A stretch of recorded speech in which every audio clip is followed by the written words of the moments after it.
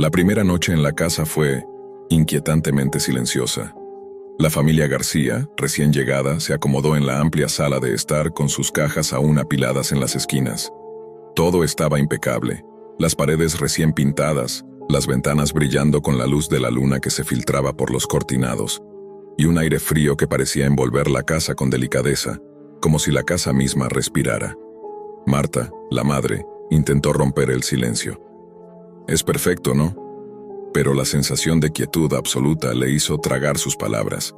Nadie respondió de inmediato, solo se escuchaba el eco de los propios pasos en el piso de madera. La habitación principal parecía acogedora, y cuando los niños se acomodaron en sus camas, pensaron que dormiría fácil. Sin embargo, los minutos pasaban y algo extraño comenzó a suceder. Carlos, el padre, cerró los ojos, pero sintió un tirón en su mente, como si el sueño se le escapara. Intentó relajarse, pero apenas cerraba los párpados, un ruido sordo lo despertaba, un crujido lejano, un susurro que parecía emanar de las paredes mismas. Cuando miró a Marta, ella estaba despierta también, con la mirada fija en la oscuridad de la habitación, temblando levemente. La segunda noche no fue mejor. Ninguno logró dormir más de unos minutos seguidos. Cada vez que alguien parecía caer en un sueño profundo, algo intervenía. Un leve golpe en el piso de arriba, la sensación de que alguien pasaba junto a la cama, un susurro apenas audible que parecía formar palabras incomprensibles. Los niños comenzaron a llorar sin razón aparente, y Marta notó que su reloj biológico parecía desajustarse. Los minutos parecían horas y las horas segundos. La tercera noche, la familia decidió investigar. Revisaron los cajones, los armarios, incluso el sótano, que olía a madera vieja y humedad. Allí encontraron fotografías amarillentas de familias que habían vivido en la casa décadas atrás, todas con expresiones cansadas, ojeras profundas y miradas vacías. Marta sintió un escalofrío. Todas parecían exhaustas, como si nunca hubieran cerrado los ojos realmente. Carlos buscó registros en el pueblo. La casa había sido construida hacía casi un siglo por un hombre obsesionado con los sueños, alguien que creía que el sueño era un portal peligroso. Las historias eran vagas, pero todas coincidían en un detalle. Los habitantes anteriores dejaban de dormir y poco a poco desaparecían de la memoria del pueblo, como si la casa misma los borrara del mundo, excepto por la vigilia que los mantenía conscientes de algo que ellos no podían comprender. Mientras la familia comenzaba a unir las piezas, las noches se volvían más intensas. Los susurros se transformaban en murmullos comprensibles, llamando sus nombres, imitando voces conocidas, intentando confundirlos. Los muebles parecían moverse ligeramente, sombras aparecían y desaparecían en las esquinas de los ojos. Marta se dio cuenta de que la casa no quería que durmieran. Y no solo eso, alguien o algo más estaba tomando sus sueños, robándoselos para un propósito que todavía les era desconocido. El cansancio se acumulaba de manera implacable. Los cuerpos comenzaban a fallar, manos temblorosas, pasos vacilantes, y ojos que miraban fijamente sin ver nada. La familia empezó a discutir, la tensión se volvió tangible, como si la misma estructura de la casa absorbiera su angustia y la devolviera amplificada. Cada noche, lo desconocido en la oscuridad parecía más cercano, más consciente de su vigilia. La sensación de ser observados no desaparecía, y pronto comprendieron que permanecer despiertos no los protegería. Solo los hacía testigos más conscientes de aquello que rondaba entre las paredes silenciosas. Las noches se hicieron rituales de vigilia forzada. Cada miembro de la familia se movía con pasos silenciosos por la casa, como si temieran que cualquier ruido despertara algo que ya los observaba. Carlos comenzó a colocar alarmas improvisadas con relojes despertadores en cada habitación, creyendo que los ruidos podrían ser registrados o que, al menos, podrían alertarlos de cualquier presencia. Marta, mientras tanto, se dedicaba a escribir notas sobre cada fenómeno extraño, anotando los minutos exactos en que el sueño les era arrebatado y los sonidos que acompañaban esa privación. Los niños, sin embargo, eran los más afectados. Sofía, la menor, comenzó a murmurar cosas en su sueño, palabras que no tenían sentido para nadie, pero que a veces se repetían con insistencia, como un mensaje que trataba de transmitirse. Lucas, el mayor, dijo en voz baja que sentía que alguien lo observaba desde dentro de las paredes, y que la casa no era solo un lugar físico, sino algo que se alimentaba de sus miedos. Una tarde, mientras Marta exploraba la biblioteca que la casa ocultaba tras una falsa pared en el estudio, encontró un diario antiguo, cubierto de polvo y con páginas amarillentas que crujían al pasar. Pertenecía al primer propietario, aquel obsesionado con los sueños. Las entradas describían experimentos extraños, grabaciones de sueños robados, rituales nocturnos que manipulaban la mente y advertencias sobre aquello que no debe despertar. Marta sintió un escalofrío recorrerle la espalda. El hombre hablaba de la casa como un ser consciente, capaz de controlar los ciclos de sueño y de filtrar lo que los habitantes veían en la vigilia. Esa misma noche, la casa pareció cambiar de forma. Los pasillos se alargaban, los techos se inclinaban de manera imposible y los muebles parecían desplazarse solos. Cada puerta que abrían los conducía a habitaciones que no recordaban haber visto antes, o que estaban idénticas a las suyas, pero con ligeros detalles perturbadores. Un espejo que reflejaba una versión más envejecida de ellos, un cuadro que lloraba con lágrimas negras, y un reloj que giraba hacia atrás. El cansancio extremo comenzó a afectar sus recuerdos. Carlos olvidaba tareas sencillas. Marta mezclaba conversaciones pasadas con las presentes, y los niños actuaban de manera errática, como si la falta de sueño estuviera reprogramando sus mentes. Una noche, Lucas despertó gritando. Había visto, o creído ver, a alguien acostado en su cama que no era él, respirando con un ritmo irregular y murmurando su nombre. Marta entró corriendo, pero la habitación estaba vacía. Solo el frío persistente y el silencio absoluto quedaban como prueba de que algo había estado allí. Decidieron entonces instalar cámaras. Si podían documentar los eventos, quizá entenderían qué estaba sucediendo. Pero al revisar las grabaciones, algo aún más perturbador apareció. En cada video, aunque las luces permanecieran apagadas, se veían sombras moviéndose con independencia de ellos, siempre cerca de las camas, siempre observando, y a veces reflejando figuras que no pertenecían a ningún miembro de la familia. Las cámaras mostraban objetos cambiando de lugar, puertas que se abrían solas y reflejos de personas que desaparecían al parpadear. Las noches se volvieron un campo de batalla mental. La familia comprendió que el sueño, algo tan natural como respirar, se había convertido en una trampa. Cada intento de cerrar los ojos era rechazado por la casa, y cada parpadeo que cedían al cansancio les traía visiones de otros tiempos, otras familias, todos atrapados en un ciclo interminable de vigilia y terror. Era como si la casa alimentara su insomnio con sus recuerdos, sus miedos y su desesperación, transformando cada minuto de privación en un espectáculo de horror personal. Marta comenzó a hablar en voz baja mientras caminaba por los pasillos oscuros, explicando lo que creía. La casa no quiere que durmamos, porque algo más necesita nuestros sueños. No roba solo nuestras horas de descanso, roba lo que soñamos, lo que sentimos, lo que somos cuando nos dejamos ir. Carlos intentó racionalizarlo, pero cada noche que pasaba lo hacía sentir más vulnerable, más pequeño frente a algo que no podía tocar, pero que lo estudiaba, lo manipulaba y lo mantenía consciente de su impotencia. Las noches habían dejado de ser noches.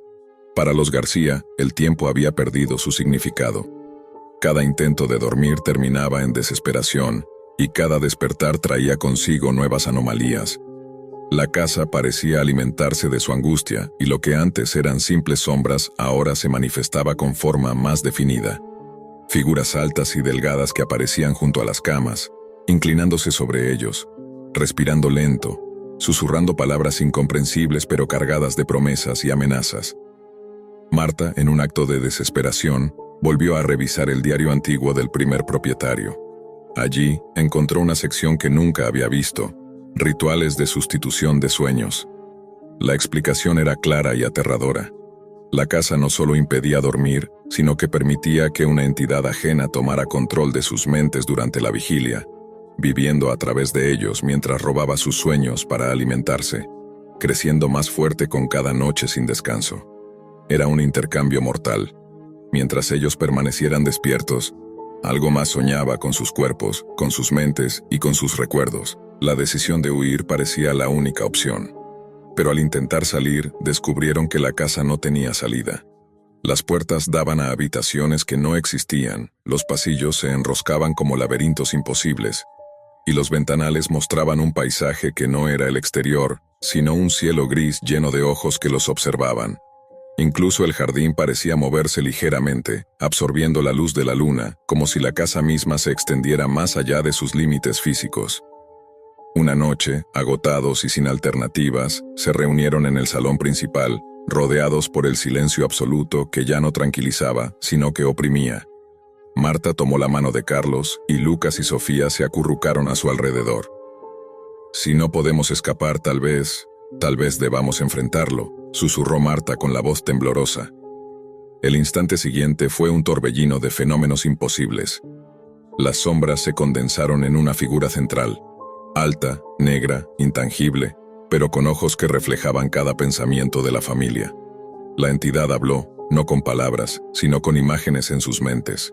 Todos los sueños que habían tenido, todos los recuerdos felices y tristes, proyectados de manera tan vívida que sentían cada emoción como si fuera real. La casa misma vibraba, mostrando que cada pared, cada piso y cada techo estaba vivo, consciente y hambriento de lo que ellos eran. Marta comprendió entonces la verdad completa. La casa no podía ser destruida ni evitada. La única manera de sobrevivir era ceder, pero no totalmente. Debían mantenerse unidos, resistir la completa invasión de sus mentes, y al mismo tiempo aprender a controlar lo que la entidad podía ver y usar. La lucha final no era física, era mental, emocional y espiritual. Durante horas que parecieron días, los García resistieron. Se aferraron a sus recuerdos más fuertes, sus vínculos familiares, sus esperanzas y sus miedos más profundos, usándolos como escudo contra la invasión de la casa. La entidad los rodeaba, intentando consumir cada fragmento de sus conciencias, pero su determinación y amor mutuo actuaron como un filtro, bloqueando parcialmente la absorción de sus sueños.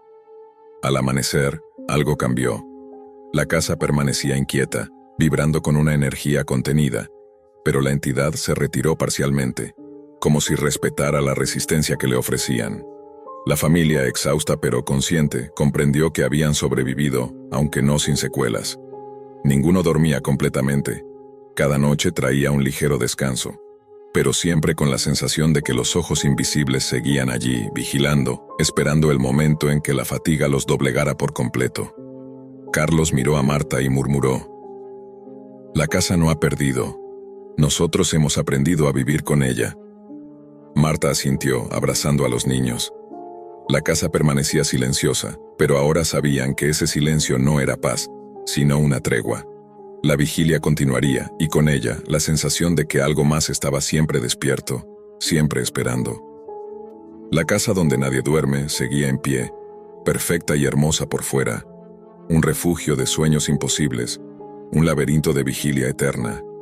Y mientras los García respiraban juntos, comprendieron que, aunque habían ganado una batalla, la guerra con lo que habitaba entre sus paredes apenas comenzaba. El reloj marcaba las 3 de la madrugada cuando Martín encendió su computadora, la luz azulada de la pantalla iluminando débilmente la habitación. La soledad era absoluta, pero eso no le molestaba. A veces encontraba consuelo en las horas en que el mundo parecía detenido. Esa noche, impulsado por un aburrimiento que se acercaba más a la desesperación que al ocio, decidió entrar en un foro de chats anónimos. Buscaba conversación, algo que rompiera la monotonía de su rutina, y no esperaba nada más que palabras vacías o mensajes sin sentido. Encontró un enlace marcado como chat aleatorio, sin registro, sin historias previas. Hizo clic. La ventana emergente apareció con un cursor parpadeante, vacío, aguardando la primera línea. Martín dudó un segundo antes de escribir un simple «hola». La respuesta llegó casi de inmediato. «Hola, Martín». El nombre le heló la sangre por un instante. No había escrito su nombre completo en ningún lugar de ese foro. «¿Cómo?» tecleó, pero el interlocutor no respondió con palabras, sino con preguntas que parecían surgir de su memoria más íntima. «¿Recuerdas la primera vez que tocaste una guitarra?» Martín sintió un nudo en la garganta. Nadie, absolutamente nadie, sabía que de niño había tomado lecciones de guitarra en secreto, salvo él y su madre, fallecida hacía años. El chat continuó. Cada pregunta era más precisa, más personal. ¿El olor del pan recién horneado te recuerda a casa de tu abuela los domingos? Martín tragó saliva. Sí, exactamente así era. ¿Y el miedo que sentiste cuando caíste de la bicicleta y nadie estaba cerca? El corazón le palpitaba con fuerza. Cada mensaje era un espejo, mostrando fragmentos de su vida que él jamás había contado. Martín intentó racionalizarlo. Debe ser un algoritmo, algún tipo de recopilación de datos, tal vez es un bot avanzado, pero no había lógica que explicara la precisión de las preguntas, los recuerdos, los detalles de momentos que ni siquiera había registrado en redes sociales. El chat no pedía nada, no amenazaba, no solicitaba dinero, solo preguntaba, y respondía siempre con una exactitud inquietante. Pasaron horas. La habitación parecía más pequeña, más silenciosa, y la luz de la pantalla se volvía casi hipnótica. Cada pregunta parecía acercarlo a algo que no comprendía del todo. ¿Ves a veces figuras en tu habitación cuando las luces están apagadas? Martín se levantó, recorrió el cuarto, encendió la luz, nada. Volvió al chat, la pantalla parecía esperar su regreso. Martín empezó a responder. Cada palabra que tecleaba parecía alimentar al interlocutor, y al mismo tiempo lo liberaba. Como si cada confesión tuviera un precio. Y el precio era simplemente darse cuenta de que el chat lo conocía mejor que él mismo. Empezó a sentir una especie de calma perturbadora, la sensación de que no había secretos, que nada podía esconderse, que cada pensamiento, cada recuerdo, era accesible para aquel ente invisible. En algún momento Martín se dio cuenta de que no podía cerrar la ventana. Cada intento de salir del chat era bloqueado por un mensaje que aparecía antes de que pudiera reaccionar. No tan rápido. Aún hay cosas que debemos recordar. Se sentó, resignado, mientras la pantalla comenzaba a mostrar imágenes. Fragmentos de su infancia, recortes de fotos que jamás había escaneado, lugares donde había estado y momentos que había olvidado. Todo estaba allí, y todo lo miraba desde algún lugar que no podía localizar. El tiempo dejó de tener sentido. Lo único real era la conversación, cada pregunta, cada respuesta que parecía surgir del fondo de su propia conciencia.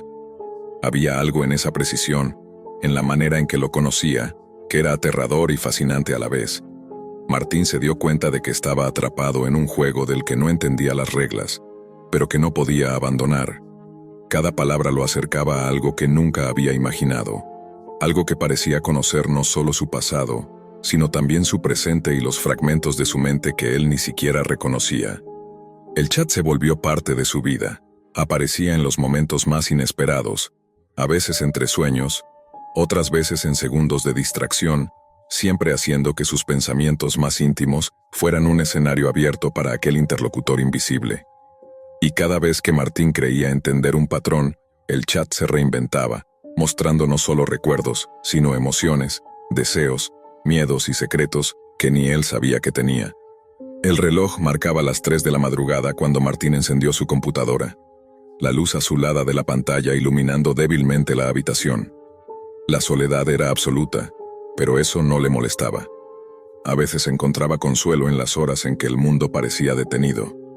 Esa noche, impulsado por un aburrimiento que se acercaba más a la desesperación que al ocio, decidió entrar en un foro de chats anónimos.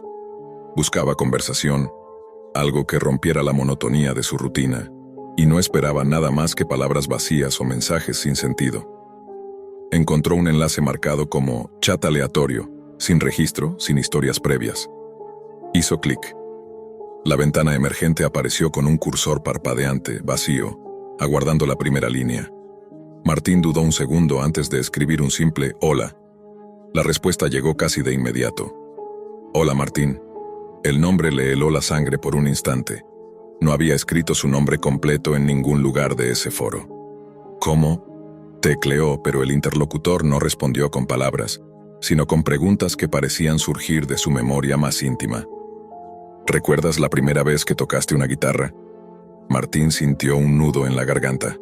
Nadie, absolutamente nadie, sabía que de niño había tomado lecciones de guitarra en secreto, salvo él y su madre fallecida hacía años.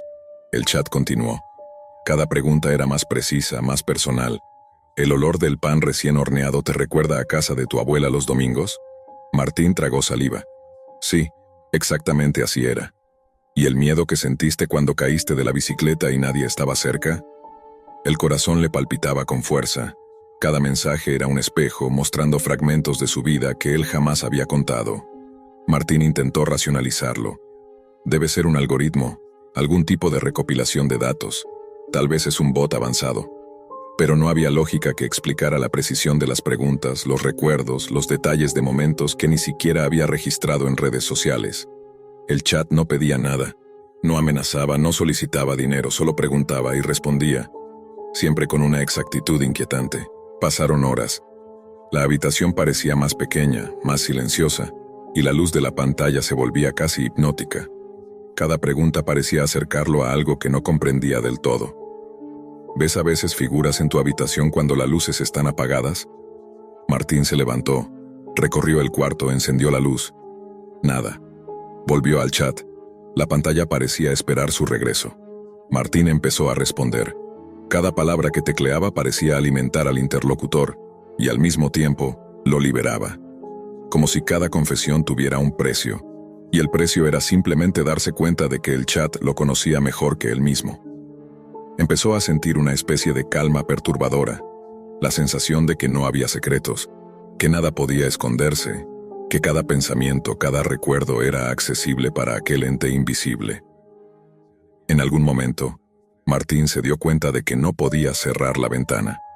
Cada intento de salir del chat era bloqueado por un mensaje que aparecía antes de que pudiera reaccionar.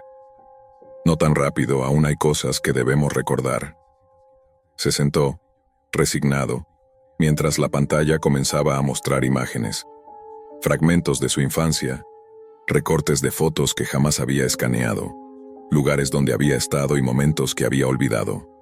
Todo estaba allí, y todo lo miraba desde algún lugar que no podía localizar. El tiempo dejó de tener sentido. Lo único real era la conversación, cada pregunta, cada respuesta que parecía surgir del fondo de su propia conciencia. Había algo en esa precisión, en la manera en que lo conocía, que era aterrador y fascinante a la vez. Martín se dio cuenta de que estaba atrapado en un juego del que no entendía las reglas, pero que no podía abandonar. Cada palabra lo acercaba a algo que nunca había imaginado, algo que parecía conocer no solo su pasado, sino también su presente y los fragmentos de su mente que él ni siquiera reconocía. El chat se volvió parte de su vida. Aparecía en los momentos más inesperados, a veces entre sueños, otras veces en segundos de distracción, siempre haciendo que sus pensamientos más íntimos fueran un escenario abierto para aquel interlocutor invisible. Y cada vez que Martín creía entender un patrón, el chat se reinventaba, mostrando no solo recuerdos, sino emociones, deseos, miedos y secretos que ni él sabía que tenía. Un día, mientras revisaba viejas carpetas en su computadora, notó algo extraño, un archivo titulado Martín, datos personales. Nunca lo había creado. Abrió el archivo y dentro encontró un registro detallado de cada evento importante de su vida, escrito con exactitud y fechas precisas, incluyendo cosas que él mismo había olvidado. La sensación de vértigo se volvió insoportable. Comprendió que aquello no era un simple chat ni un bot. Era algo más profundo, algo que parecía estar ligado a su conciencia, observando cada pensamiento y registrando cada detalle. Martín dejó de intentar desconectarse. Sabía que, de alguna manera, el chat ya estaba dentro de él, y que incluso apagar la computadora no cambiaría nada. Una noche, mientras el reloj avanzaba silencioso, el chat envió un mensaje final. Ahora entiendes que no hay secretos, no hay escondites, solo hay memoria y observación. Martín sintió un escalofrío recorrer su cuerpo. No había amenazas explícitas, no había promesas ni chantajes, solo una certeza. Alguien o algo lo conocía mejor que él mismo. Comprendió que nunca estaría solo, porque siempre habría alguien capaz de responder cualquier pregunta, de recordar cualquier momento, de descubrir cualquier secreto que su mente intentara ocultar. Y en ese instante, mientras la pantalla parpadeaba suavemente, Martín entendió que la verdadera soledad no era no tener compañía, sino tener a alguien que sabe todo de ti, incluso lo que ni tú recuerdas, y esperar pacientemente mientras observas, incapaz de escapar. El chat se cerró por sí solo, dejando la pantalla negra y el silencio absoluto. Pero Martín sabía con una claridad helada que no había terminado. Nada de lo que hiciera podría borrar lo que ya había sido visto, registrado y comprendido. La conversación había terminado, pero el conocimiento permanecía flotando en algún lugar invisible, más cerca de lo que podía imaginar, más íntimo que cualquier pensamiento que hubiera tenido antes. En adelante, cada decisión, cada recuerdo, cada suspiro de su vida cotidiana sería un reflejo del entendimiento silencioso de aquel ente que lo había observado, y que ahora residía en la sombra de su conciencia, listo para recordar lo que él mismo olvidara. Martín había buscado compañía, pero lo que encontró fue algo más profundo, más aterrador, la certeza de que alguien siempre sabe, incluso cuando parece que estás solo. Nunca había sido un experto en navegar la Deep Web. Para él era un pasatiempo extraño, perderse entre foros oscuros, colecciones de enlaces extraños y chats anónimos que olían a misterio más que a peligro real. La mayoría de las veces, su curiosidad se agotaba en un par de horas y cerraba la computadora con una mezcla de satisfacción y alivio. Pero esa noche algo cambió. Entre enlaces cifrados y direcciones que parecían generadas al azar, encontró un sitio que no aparecía en ningún índice ni directorio. La página era minimalista, solo un reproductor en vivo, un contador de espectadores y un título que decía «Transmitido en la Deep Web», sin anuncios, sin ventanas emergentes, sin necesidad de contraseñas complejas. Solo eso. Pulsó play por simple impulso. La pantalla estaba negra al principio, nada más que estática y un débil zumbido. De pronto, la cámara mostró una habitación vacía. Las paredes eran blancas, casi inmaculadas, con una ventana cubierta por una cortina ligera que se movía apenas con una brisa invisible. No había muebles excepto un escritorio antiguo y una silla de madera que crujía sola bajo la luz de un foco que parpadeaba ocasionalmente. Él observó fascinado, intentando encontrar algún patrón, algún mensaje oculto, pero no había nada. La habitación estaba completamente desierta, excepto por él, el único espectador. Pensó que era un truco, un live stream automatizado que no interactuaba con nadie. Cerró la pestaña y volvió a abrirla al cabo de unos minutos. La habitación seguía vacía. A la mañana siguiente lo olvidó casi por completo, convencido de que era otro experimento sin sentido de la Deep Web. Pero a la noche siguiente volvió a caer en la misma transmisión, por pura costumbre, y ahí fue cuando notó el primer detalle inquietante. Un libro había aparecido sobre el escritorio, un libro que reconoció de inmediato. Era la novela que había estado leyendo esa misma tarde. Al principio pensó que era una coincidencia, un montaje preparado para asustarlo. Rió nerviosamente y cerró la ventana del navegador, pero no pudo dejar de pensar en ello. La noche siguiente, algo más había cambiado. Sobre la silla había un par de sus auriculares, los que usaba para escuchar música mientras trabajaba. La sensación de ser observado comenzó a arraigarse en su mente. Cada noche, la transmisión revelaba un objeto nuevo, íntimamente ligado a su vida personal, como si alguien dentro de esa habitación estuviera siguiendo sus pasos con precisión quirúrgica. No había mensajes, ni comentarios, ni indicaciones de pago, ni amenazas. Solo la cámara, él y una espera silenciosa que crecía cada día. Intentó desconectarse, borrar cookies, cambiar de navegador, incluso desconectar su conexión a Internet. Nada funcionó.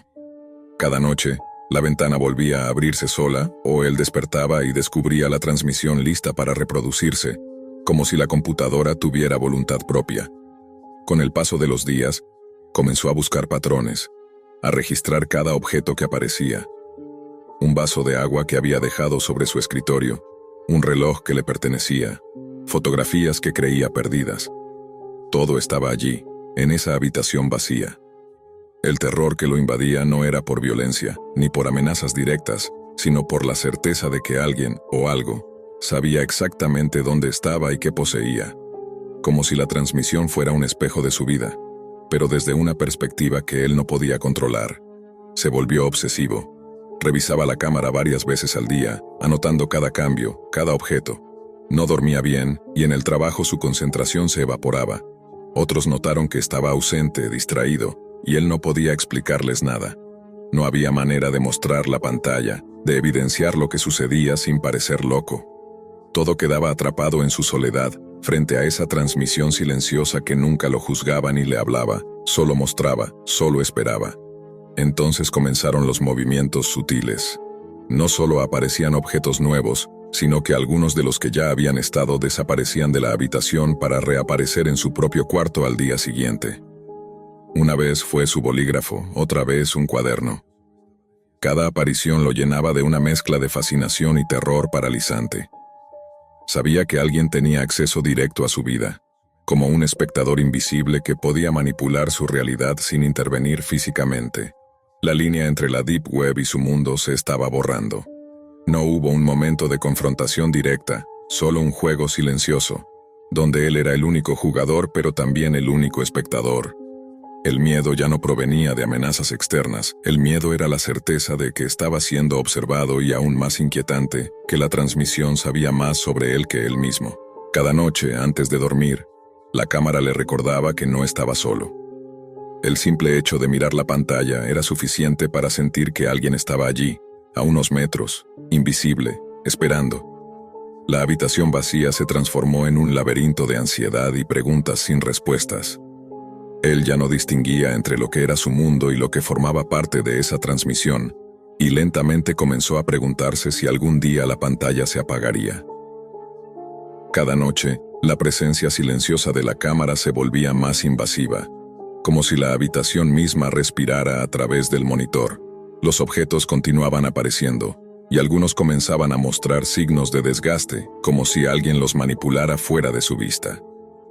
Una vez vio su propio reloj sobre el escritorio de la transmisión, detenido a la hora exacta en que él había soñado con despertar.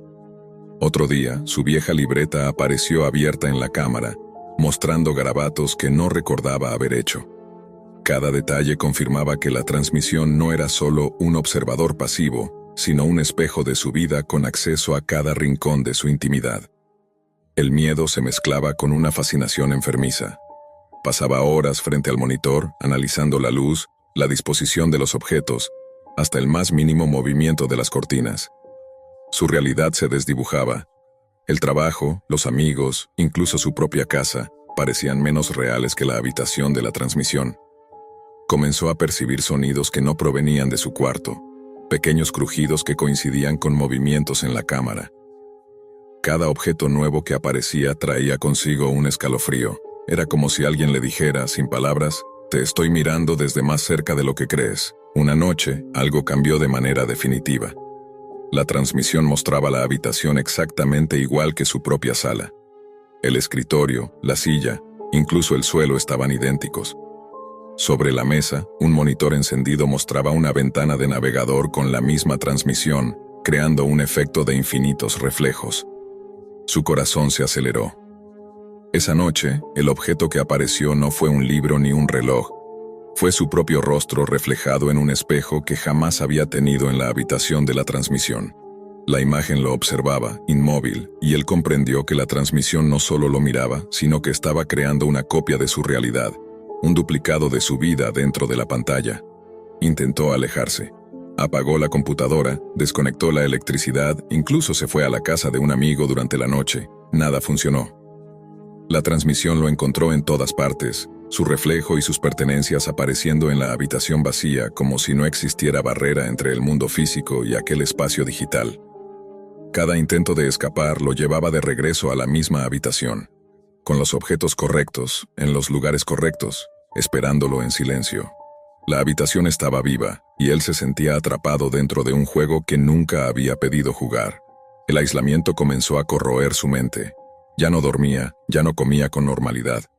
Las paredes de su propia casa parecían desplazarse ligeramente mientras miraba el monitor. El mundo exterior se volvió un escenario irrelevante frente a la certeza de que todo su entorno estaba conectado con la transmisión. Cada objeto, cada sonido, cada recuerdo estaba bajo control de un espectador invisible que nunca hablaba pero lo conocía más profundamente que él mismo. Entonces apareció algo inesperado.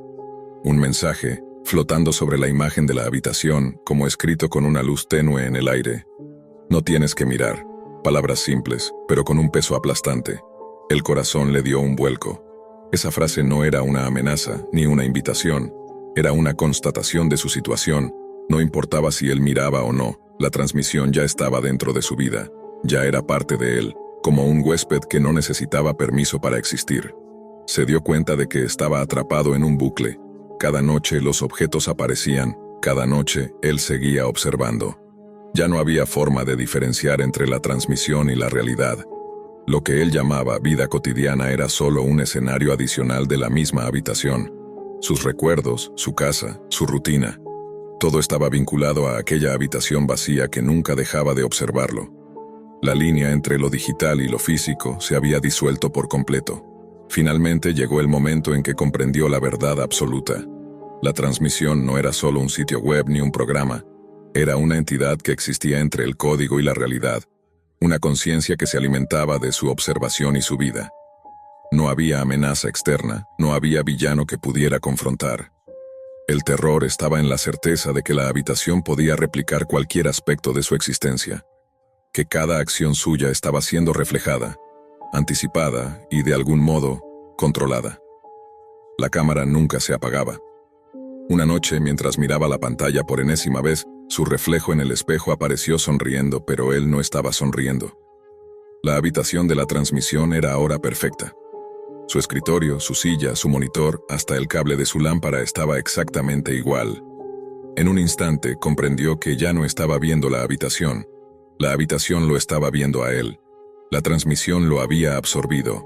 Su existencia se había vuelto parte del espectáculo silencioso. Todo lo que había sido suyo ya no le pertenecía. Ahora pertenecía a la transmisión. Se inclinó hacia la pantalla y vio que su reflejo le imitaba cada gesto. Parpadeó, y el reflejo parpadeó un segundo antes. Se levantó de la silla, y su reflejo permaneció sentado. La brecha entre el mundo físico y la habitación digital se había vuelto inmutable. Comprendió que ya no importaba moverse, huir o apagar la computadora. La transmisión había ganado. Él era su único espectador y su único prisionero al mismo tiempo. Todo lo que sabía de sí mismo estaba dentro de la cámara, y todo lo que era real comenzaba a desvanecerse frente a la certeza de que estaba siendo observado eternamente, sin juicio, sin palabras, solo con la silenciosa espera de la transmisión que nunca terminaría. El último pensamiento que tuvo antes de que la conciencia se deslizara hacia la habitación digital fue simple: nunca había estado solo. Nunca lo había estado. Solo había estado mirando mientras la transmisión aprendía, observaba y replicaba cada fragmento de su existencia. Y la cámara nunca se apagó. Cada noche, a la misma hora, Marcos encendía las luces de su taxi y recorría las calles desiertas de la ciudad. Había algo en la rutina que lo tranquilizaba. La precisión con que el reloj marcaba las 2:17 de la mañana, la manera en que las farolas iluminaban las aceras vacías, y sobre todo, la certeza de que en algún punto del trayecto siempre estaría esperando él, el pasajero que nunca hablaba. Marcos no conocía su nombre, ni hacía preguntas. Él simplemente se sentaba, mirando al frente con los ojos fijos en el parabrisas, y cuando el coche arrancaba, permanecía inmóvil, como si viajara por otra dimensión. El pasajero bajaba siempre en el mismo lugar, un terreno vacío al borde de la ciudad, donde la neblina nocturna parecía tragarse todo rastro de luz. Marcos nunca entendió por qué alguien elegiría ese sitio para bajar, ni por qué nunca daba propina ni pronunciaba una sola palabra. La rutina se convirtió en un ritual silencioso que, con el tiempo, dejó de incomodarlo. Era un misterio, sí, pero uno que parecía controlable, porque él lo había aceptado como parte de su noche. Una madrugada, mientras la lluvia golpeaba el parabrisas y el motor del taxi vibraba con fuerza, Marcos vio al pasajero entrar como siempre, con su abrigo oscuro y el rostro apenas iluminado por la luz amarillenta de la calle. Esta vez, sin embargo, algo cambió. El pasajero dejó caer un objeto en el asiento trasero antes de salir. Marcos no lo notó de inmediato. Su atención estaba concentrada en el camino resbaladizo, en los charcos que reflejaban las luces de los semáforos como espejos distorsionados. Cuando estacionó en el terreno vacío y el pasajero bajó, la sensación de que algo había cambiado se le encogió el estómago. El objeto era pequeño, pesado y frío al tacto. Marcos lo sostuvo con cautela. Era un sobre, de papel grueso y amarillento, con su nombre escrito con una caligrafía que parecía antigua, como si hubiera viajado décadas en el tiempo para llegar a sus manos. sintió una punzada en el pecho, un aviso que mezclaba curiosidad y miedo. Nunca había imaginado que su nocturno acompañante pudiera involucrarlo directamente en algo así. Abrió el sobre con cuidado. La hoja crujió bajo sus dedos, y lo que encontró lo dejó inmóvil, como si el tiempo hubiera decidido detenerse a su alrededor. El papel contenía fotografías, recortes y anotaciones que relataban secretos enterrados hace años, secretos que Marcos creía olvidados, enterrados en la memoria de la ciudad y en los pliegues de su propia vida. Cada imagen parecía hablarle directamente, recordándole decisiones, lugares y rostros que había intentado dejar atrás. Su corazón comenzó a latir más rápido, no por la sorpresa, sino por la certeza de que alguien, o algo, lo había estado observando, siguiendo sus pasos con una paciencia sobrenatural. Mientras conducía de regreso por las calles mojadas, con el sobre el asiento delantero, Marcos notó que la ciudad había cambiado.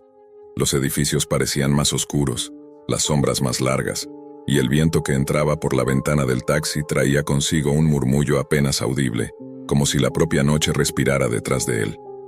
Cada farola que pasaba proyectaba una figura que se desvanecía al instante, y cada crujido del taxi le recordaba que no estaba solo. Su habitual silencio nocturno se había transformado en un espacio cargado de presencia, de algo que no podía comprender pero que sí podía sentir. El pasajero volvió a aparecer las noches siguientes, como si la entrega del sobre hubiera sido un mensaje, una invitación o una advertencia.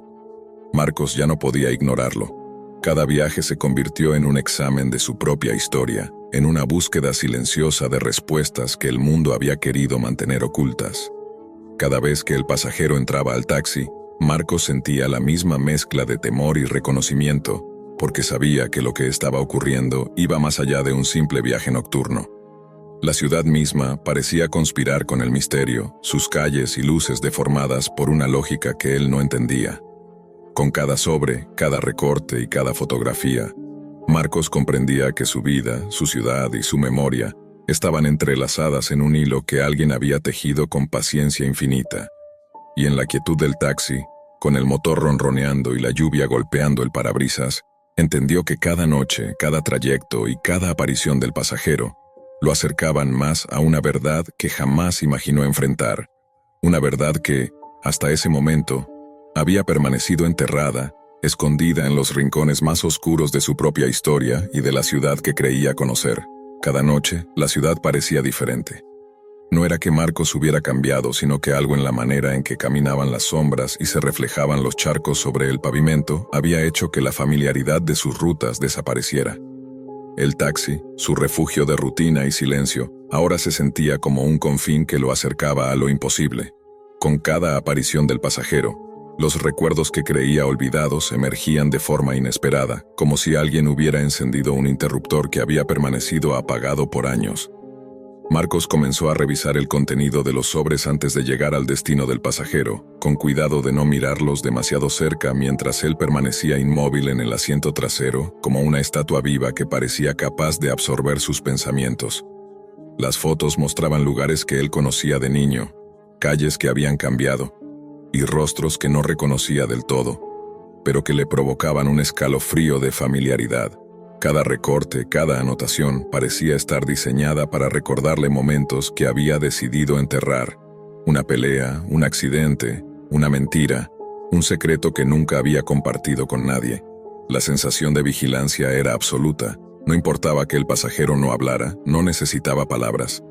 El simple hecho de su presencia convertía cada viaje en un juicio silencioso, en un espejo que reflejaba lo que Marcos había escondido de sí mismo durante años. Una madrugada, el pasajero no apareció en la calle habitual. Marcos, confundido, recorrió varias avenidas buscando su silueta oscura bajo la luz amarillenta de los semáforos. Al no encontrarlo, el taxi avanzó hacia el terreno vacío donde siempre bajaba. Allí, sobre la tierra húmeda, encontró otro sobre, esta vez abierto parcialmente. Dentro había una llave, oxidada y con un número grabado, 47. Marcos la sostuvo entre los dedos y sintió un escalofrío recorrer su columna. Algo le decía que esa llave abría más que un simple candado. Habría un pasado que debía permanecer enterrado, un pasado que su ciudad y su propia memoria habían tratado de olvidar. Esa noche decidió seguir al pasajero, algo que nunca había hecho antes. Lo vio caminar entre la niebla, su abrigo oscuro moviéndose como si flotara sobre el suelo mojado. Sin pronunciar palabra, Marcos lo siguió, el motor del taxi ronroneando bajo la lluvia y los faros iluminando a intervalos cortos la silueta que parecía avanzar hacia ninguna parte. La ciudad detrás de ellos se deformaba, edificios que antes conocía como viejos se volvían extraños, calles que creía vacías parecían respirar bajo la luz de las farolas, y un viento que olía a tierra mojada traía consigo murmullos que no podía identificar. Finalmente, llegaron a un edificio abandonado, oculto entre los restos de lo que alguna vez fue un barrio lleno de vida. Marcos no recordaba haber pasado por allí nunca, pero la llave en su mano parecía insistir en que debía conocerlo. Con el corazón latiendo con fuerza entró al taxi y lo siguió adentro. Cada paso hacía que la madera crujiera, que los cristales rotos tintinearan y que un olor a humedad y antigüedad le revolviera el estómago. El pasajero se detuvo frente a una puerta que parecía llevar años sin abrirse.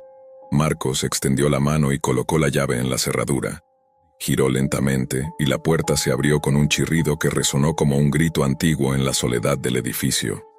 Dentro, el cuarto estaba cubierto de fotografías, recortes y objetos que Marcos reconoció de inmediato.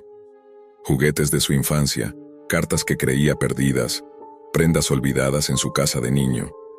Pero había algo más, una serie de documentos, papeles que relataban su vida y la de su familia, secretos que jamás había compartido, y conexiones que revelaban verdades que lo dejaron sin aliento.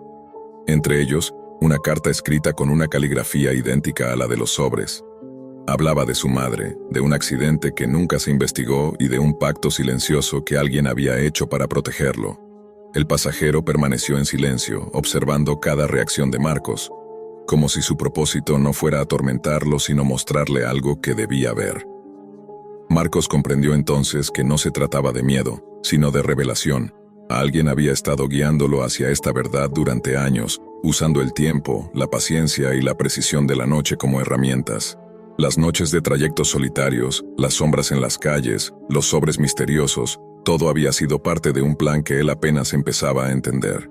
Y en el último instante, mientras cerraba los sobres y se sentaba entre los restos del pasado, entendió algo más aterrador que cualquier aparición: que el misterio no había terminado, que el pasajero, aunque invisible y silencioso, seguiría allí, cada noche recordándole que algunas verdades, por mucho que creamos enterradas, nunca mueren, que los secretos tienen su propio tiempo y que la noche siempre encuentra la forma de devolverlos a la luz, con paciencia infinita y precisión mortal. Nunca fui una persona paranoica. Trabajaba desde casa editando videos y gestionando archivos durante horas frente a la computadora, así que la cámara web era solo otra herramienta más, un pequeño círculo negro sobre la pantalla que casi siempre olvidaba que existía. La primera vez que noté algo extraño fue una madrugada. Cuando terminé de trabajar, cerré todos los programas y apagué la computadora como siempre. Antes de irme a dormir, miré de reojo el monitor oscuro y vi el pequeño punto de luz. La cámara seguía encendida. Pensé que era un reflejo, quizá el router, quizá mi celular. Me acerqué. El punto estaba ahí, fijo, brillante, imposible de ignorar. Presioné el botón de encendido otra vez. Nada. Desconecté el cargador. Nada. La laptop estaba completamente apagada, sin energía, pero la cámara seguía activa, como un ojo que se negaba a cerrarse. Sentí una incomodidad leve, más molesta que aterradora. La tapé con un pedazo de cinta negra y me fui a dormir convencido de que al día siguiente lo revisaría con calma. Al despertar, encontré la cinta en el escritorio. No rota, no caída, simplemente retirada y colocada con cuidado al lado del teclado.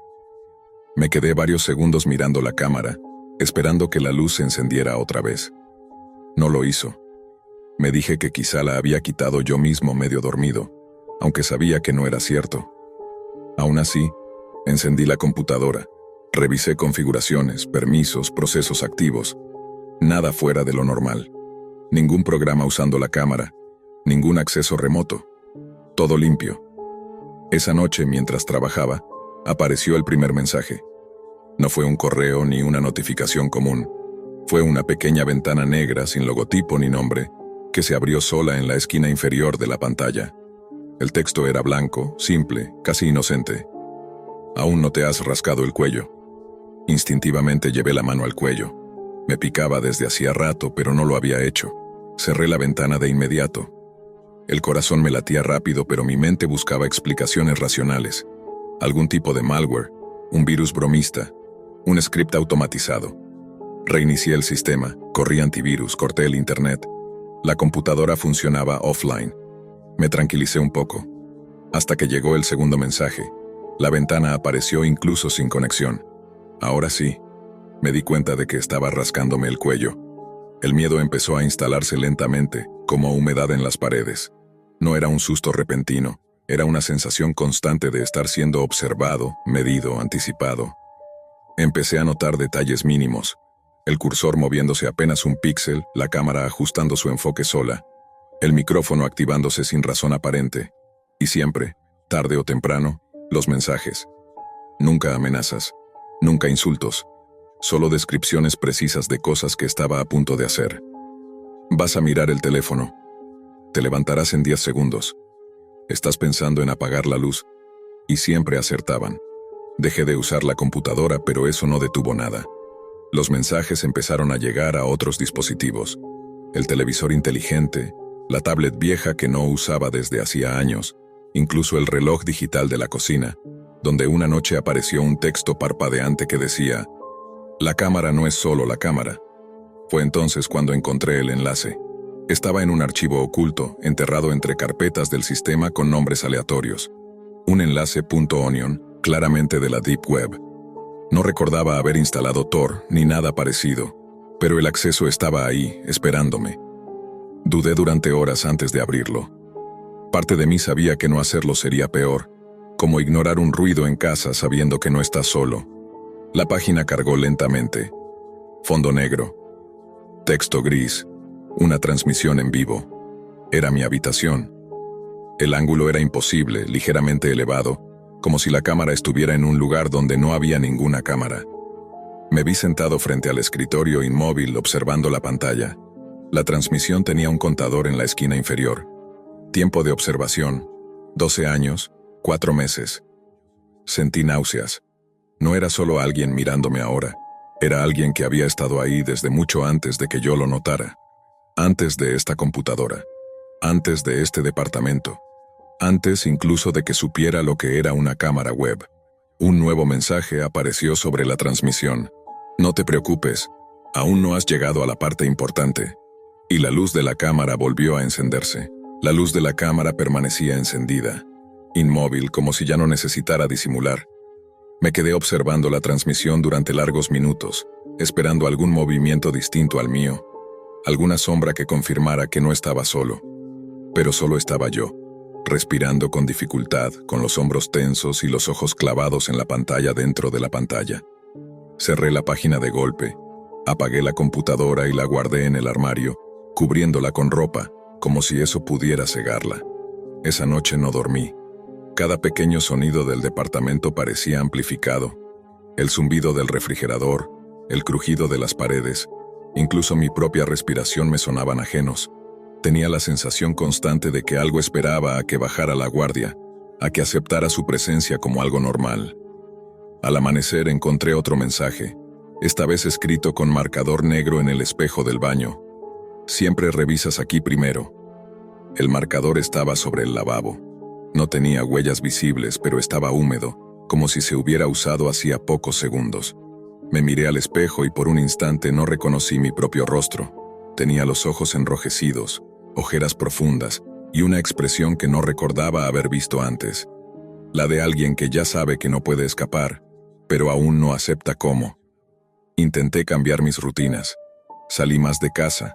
Pasé horas en cafeterías, bibliotecas, lugares públicos donde la idea de ser observado parecía diluirse entre la gente. Funcionó durante un tiempo. Ningún mensaje, ninguna ventana negra. Empecé a convencerme de que todo había sido una combinación de estrés, sugestión y miedo acumulado. Hasta que mi teléfono vibró en el bolsillo.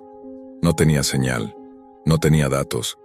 El mensaje decía: «Te sientes más seguro cuando hay testigos». Levanté la vista. En la cámara de seguridad del local, sobre la puerta, una pequeña luz roja parpadeaba. Por primera vez entendí que no importaba el dispositivo, ni el lugar, ni siquiera la tecnología específica. No era una cámara web, era el acto de mirar.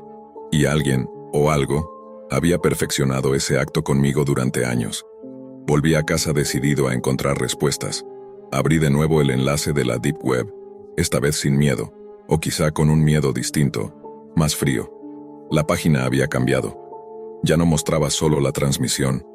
Había texto, líneas y líneas de registros detallados. Horarios, movimientos, gestos, hábitos que jamás había contado a nadie. Cosas pequeñas e íntimas, como la forma exacta en que apoyaba el pie al sentarme, o el tiempo que tardaba en parpadear cuando mentía, incluso cuando me mentía a mí mismo.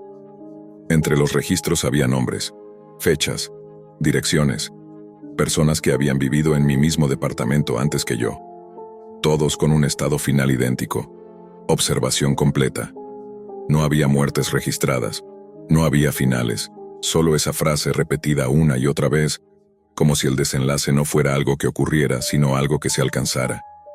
Sentí que el aire del cuarto se volvía más pesado. La cámara de la laptop, aún guardada en el armario, se encendió sola, proyectando una luz tenue a través de la rendija de la puerta. El mensaje apareció una vez más, esta vez ocupando toda la pantalla, sin bordes ni posibilidad de cerrarlo. Aún no entiendes qué es lo que estamos esperando. Y por primera vez, tuve la sensación de que la cámara no estaba ahí para espiarme, sino para asegurarse de que yo también mirara. Entender que la cámara no estaba allí para vigilarme, sino para educarme, fue peor que cualquier amenaza directa. Pasé horas frente a la pantalla leyendo los registros, intentando encontrar un patrón, algo que pudiera señalar como error o exageración. No lo había. Todo estaba ahí, meticulosamente documentado. Mis silencios, mis dudas, los días en que hablaba solo para sentirme acompañado, incluso las noches en que dejaba la televisión encendida, solo para no escuchar mis propios pensamientos. La observación no era pasiva, era un proceso. El sitio de la Deep Web comenzó a mostrar nuevos apartados conforme pasaban los días. Ya no solo era yo.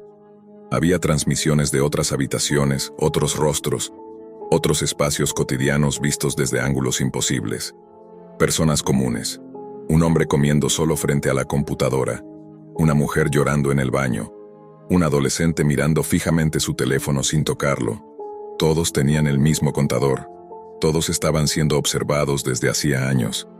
Algunos desde su infancia. Intenté contactar a alguien. A la policía, a técnicos, a amigos. Nadie veía lo que yo veía. Cuando les mostraba la página, solo aparecía una pantalla negra. Cuando señalaba la luz de la cámara, juraban que estaba apagada. Empecé a comprender que el acceso no era técnico, era personal. La observación no se activaba en los dispositivos, se activaba en nosotros. Una madrugada, mientras miraba mi propia transmisión, noté algo distinto. Un retraso mínimo. Un segundo exacto entre mi movimiento y el reflejo en la pantalla. Probé algo absurdo. Levanté la mano lentamente, y la imagen tardó en imitarme. No era un espejo, era una reproducción. Y por primera vez, vi algo más en el encuadre. Una sombra, apenas perceptible detrás de mí. No estaba en la habitación. El mensaje apareció de inmediato. Ahora puedes verlo. El sitio se actualizó solo. La transmisión se amplió y el texto cambió. Ya no decía tiempo de observación. Decía fase final de adaptación. Comprendí entonces que la observación no era el objetivo, era el método. Durante años habían estudiado mis reacciones, mis miedos, mis límites, hasta que mi mente fuera capaz de aceptar lo imposible sin romperse. La cámara nunca se apagaba porque no debía hacerlo. Era el ancla entre lo que percibía y lo que estaba a punto de aceptar. La sombra detrás de mí empezó a definirse. No tenía forma humana, pero imitaba la idea de una presencia. No caminaba, no se movía. Simplemente estaba, ocupando un espacio que mi mente hasta ese momento se había negado a reconocer. La transmisión mostraba cómo giraba lentamente la cabeza, antes de que yo lo hiciera en la vida real. El último mensaje no fue una advertencia, fue una explicación. La observación completa ocurre cuando el observado deja de necesitar la cámara. Sentí un frío intenso, no en la piel, sino detrás de los ojos. La cámara de la laptop se apagó por primera vez desde que todo había comenzado. El punto de luz desapareció. El sitio de la Deep Web se cerró solo. Las pantallas quedaron en negro. Durante varios segundos pensé que todo había terminado. Entonces entendí. La sensación de ser observado no se fue, al contrario. Se volvió más clara, más precisa. Ya no venía de un punto específico ni de un dispositivo. Venía de todos lados como si el espacio mismo me reconociera. Miré alrededor del departamento y supe, con una certeza absoluta, que ya no era necesario que alguien me viera a través de una cámara. Yo había aprendido a percibirlos. Días después, salí a la calle por primera vez sin miedo. Podía sentir las miradas invisibles, las conciencias superpuestas observando a través de otros ojos, usando otros cuerpos. Comprendí que el sistema no era una red de cámaras, sino una red de observadores y que algunos, tras años de preparación, éramos incorporados a ella. Abrí mi computadora una última vez. La cámara seguía apagada. En su lugar apareció un nuevo panel en la pantalla. No había transmisión, solo texto. Nuevo observador activo. Miré a la gente pasar por la ventana. Por primera vez no sentí incomodidad al hacerlo. Sentí propósito, porque ahora entendía lo que siempre habían estado esperando. Que yo también mirara,